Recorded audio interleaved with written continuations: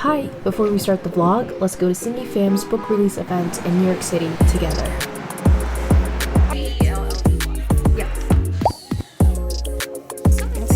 Thank you so much. YouTube channel Read with Cindy has amassed over 500,000 subscribers and focuses on books. Since I was a child, which was that I wished I could sleep forever and never wake up.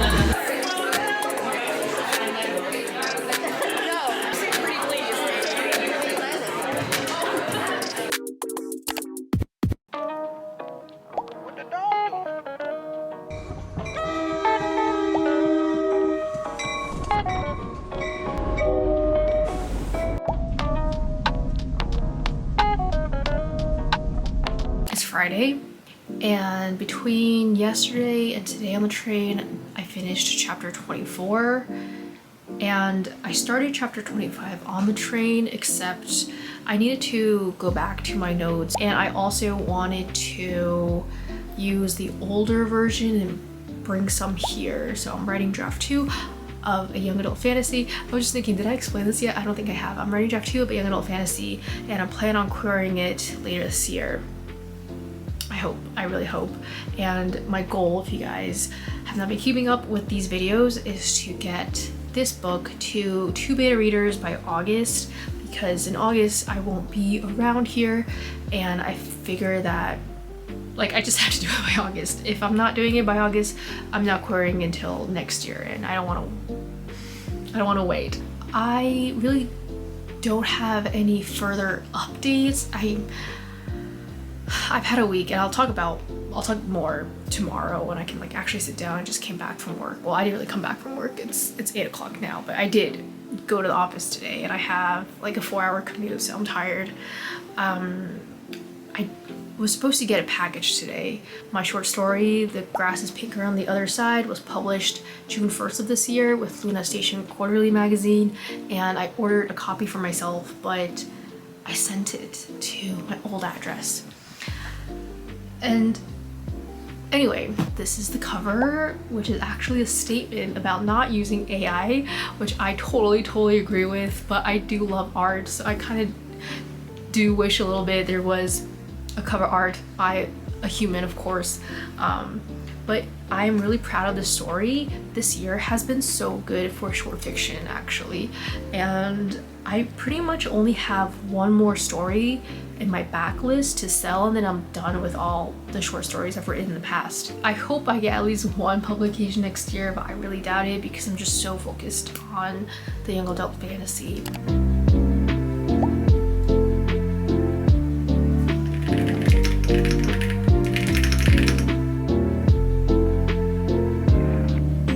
For breakfast, I've been having these overnight oats. I've been putting 75% milk, 25% oat milk, and it's really yummy. And then I recently got this matcha granola, and we're watching videos on how to market books, even though I don't have a single book out. Okay, we're just gonna chat for a little bit as I eat. I was supposed to post this video today, but I obviously didn't vlog anything yesterday. I was just so tired. I had a really rough 2 weeks, and yesterday was the first day in 3 weeks that I had the day to myself. Mind you, I don't have children, and I'm not a caretaker, so it was kind of ridiculous. I thought, wow, wasn't this so pretty? I've never used this matcha before, this matcha granola. Wait, I actually don't taste any of them. It's really mild. I can't really chat and eat at the same time. Should I finish this first? Pretty much, currently I'm rewriting my young adult fantasy novel. We're gonna fast draft Act 4. I decided I was gonna fast draft Act 4 because I really have only until August to finish the whole book to send to my betas, and considering just how busy I am, I was just really scared I wasn't gonna hit that. And if I don't hit that, it's gonna have a domino effect on my plans. So yesterday, I did some writing.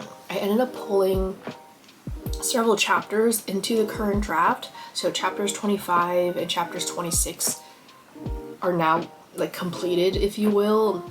They're just pulled from the previous draft. I need to go in and like obviously do an edit and rewrite a lot of the scenes, but it's not, the execution is the same as opposed to like the first 3 acts of this book. The execution was different, although similar things was happening. I don't know if that makes sense.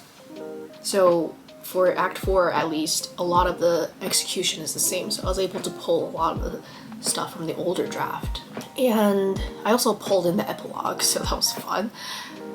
I'm missing one chapter, which is like the epic climactic point of the whole book. It's like the final showdown, and in the previous draft it was like wrapped up in 2,000 words, and I feel like that's not enough, so I didn't pull that in. I think that execution needs to change, although it's like very similar, like similar things are happening. So I need to like logistically plan out, and by logistically plan out it's more like the movements and the characters on the page, like what they will be doing. I need to plan that out, I think, before I can start writing that. Okay, let me finish this first. I can't do this. I'm wearing the exact same thing as Friday, even the same color hair clip. I just like loosey-goosey t-shirts for the summer because they're like, you know, loosey-goosey. Anyway, so a couple of things. Sorry, I didn't update after I ate my granola. 2 things, I guess. First is that the young adult fantasy, I actually just finished like a really rough version of Act 4. I'm not gonna count this as me finishing the draft. Technically that might count, but if you outline your whole book from beginning to end, it's like, is that finishing a draft? So the way I write, because I'm a sculptor, I like to build my chapters up. So the first draft, this is pretty much like a first draft because like it's new content kind of that I'm pulling in, like rearranging. The first draft is always gonna be like a very base level version, and then I like add to it every time.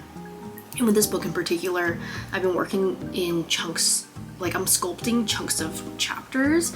So in my previous videos I was working on Act 3, so I wrote all of Act 3 and then I went back and like I kept sculpting and I kept shaping each chapter in the act to make sure everything flows together, kind of. So I'm doing the same thing for Act 4. I finished the first pass of me sculpting Act 4, and it is about like 10k words. It's severely underwritten, but at this point I think the whole book is at 71k right now, and I think we will definitely bump it to 76, dare I even say 80. But I think what I decided, like right now, I think what I'm going to do is that I'm going to work on my global level changes at the same time as fixing Act 4. So I have a ton of changes I need to make for the whole book. I have one entire page, so you can hear people talking outside. I have the windows open. I have this whole page of things I need to do for the entire book. I think these global level changes are going to be way harder than writing, like editing Act 4. Oh my god, my battery's dying. I think I'm gonna work on the global levels concurrently with Act 4, and then I hope to have all of this done by June 7th so I can read the whole book and make more global level changes or something like that. And then for the self-publishing book, I actually ended up getting a sample from the editor I wanted to use for proofreading. I had decided at the beginning of the year I just wanted to do a proofread, but when I set my beta the chapters, they were kind of confused. So I did a thorough copy edit of chapter 1 and send it to the editor to see like what they would say, and it was so good what the comments they gave me, and I think I'm just gonna go ahead with a copy edit. It was good. I really appreciate these edits. I think it's worth it, and I think I might do it. My cover artist emailed me yesterday for the self-published book saying that she'll have the final cover for me at the end of the week. I'm really nervous about it because the last time I saw it, it was still in a sketch, and I gave her a lot of notes, and I'm wondering if I like complicated it too much. I gave her like color suggestions. Like not only did I give her color suggestions, I gave her sketch suggestions. I don't know how much I can say this without spoiling it. Yeah, okay, I'm not gonna say anything about the cover, like, that has to be a secret. I gave her a lot of suggestions on the cover itself, and it was like very detailed suggestions. I haven't seen another sketch of that, because then she immediately went to color. which is like expected, because you get like one round of sketch changes and then you get one round of color changes, and then any additional is like an extra $50 or something. So I am a little nervous. I don't know if I asked for too much, but also at the same time I trust the artist too, so I think these are just like, you know, the usual kind of nerves you get. So I'm really looking forward to that. And I started editing the entire book for the young adult fantasy because I am really like more nervous about that than the Act 4 edits that I have to do. There's just so many changes, so I'm gonna show you how I've been doing this, and it's gonna be blurred out, but I thought I would just kind of show you anyway. I pretty much have like 3 sections here. These are easy changes, these are medium changes, and these are hard changes. And the easy changes, I already did some of them, I checked it off. And the easy changes are kind of changes that I think I can do relatively fast, and that's only specific to one scene. And actually I got this from Katie Wismer when she was, I think, editing Ruthless Ends. I think I remember she made like a checklist and she grouped them by easy, medium, hard. So the easy ones are like I can go into the scene and I can just like add one line or like add a paragraph. So those are easy. And then the medium ones is more scattered throughout. And for my hard ones, they're not necessarily like I need to restructure the book, because right now the book is like really structured and I think I like it a lot. But it's more like a deep understanding, like a fundamental understanding. The hard ones I really need to brainstorm a lot more and then do it. I think with the medium ones I don't need to brainstorm as much. I can just kind of go in and make the changes throughout. But yeah, it's not easy, and I'm only doing this right now because I don't want to read through the whole book. Like that's gonna take a lot of time, and I'm also afraid to read through the whole book because I think like I don't know what I'll do with myself if the writing is bad or if something is bad. I mean, I obviously have gone through the draft when I was making the easy changes and it was fine, so I don't know. I finally got my package for the short story, so we're gonna chat. First things first, I actually did all the easy changes, and I realized in my list of easy, medium, hard, I actually put some medium in the easy. Anyway, we did all the easy ones, and now what I want to focus on tonight is a medium one, or maybe it's even a hard one because I have to brainstorm a little bit. Whoa! Here it is. Hey, it's me, Kelley Tai. My story is the last one. The grass is pinker on the other side. So now this can go into my collections with my other stories. Heartlights Beck, This Year Bike on Plants, Shoreline Infinity, Lunar Station Quarterly. Hey, so I'm actually re-recording what I had just filmed. I was just not enthusiastic enough, but I have an announcement, which is that I will be starting my newsletter for my pen name series. It's totally free if you want to subscribe. I do have a secret reveal that I am including in the welcome email.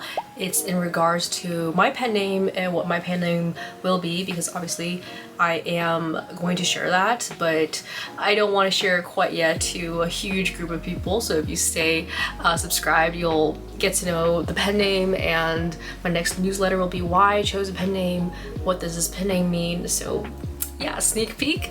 And I've been doing a lot of research on general self-publishing stuff, so that took a lot of my time yesterday. And tonight I do want to check off, like do another medium change for the book I want to query, but I'm kind of in the newsletter zone right now. I might continue drafting that because that needs to be done by the time you guys watch this video. So yeah, that's really all I had to say. Thank you so much for hanging out with me this week. If you enjoyed this video, please give it a thumbs up or subscribe so YouTube can recommend this video to other writers like yourself. And I will see you in my next video very soon. Bye.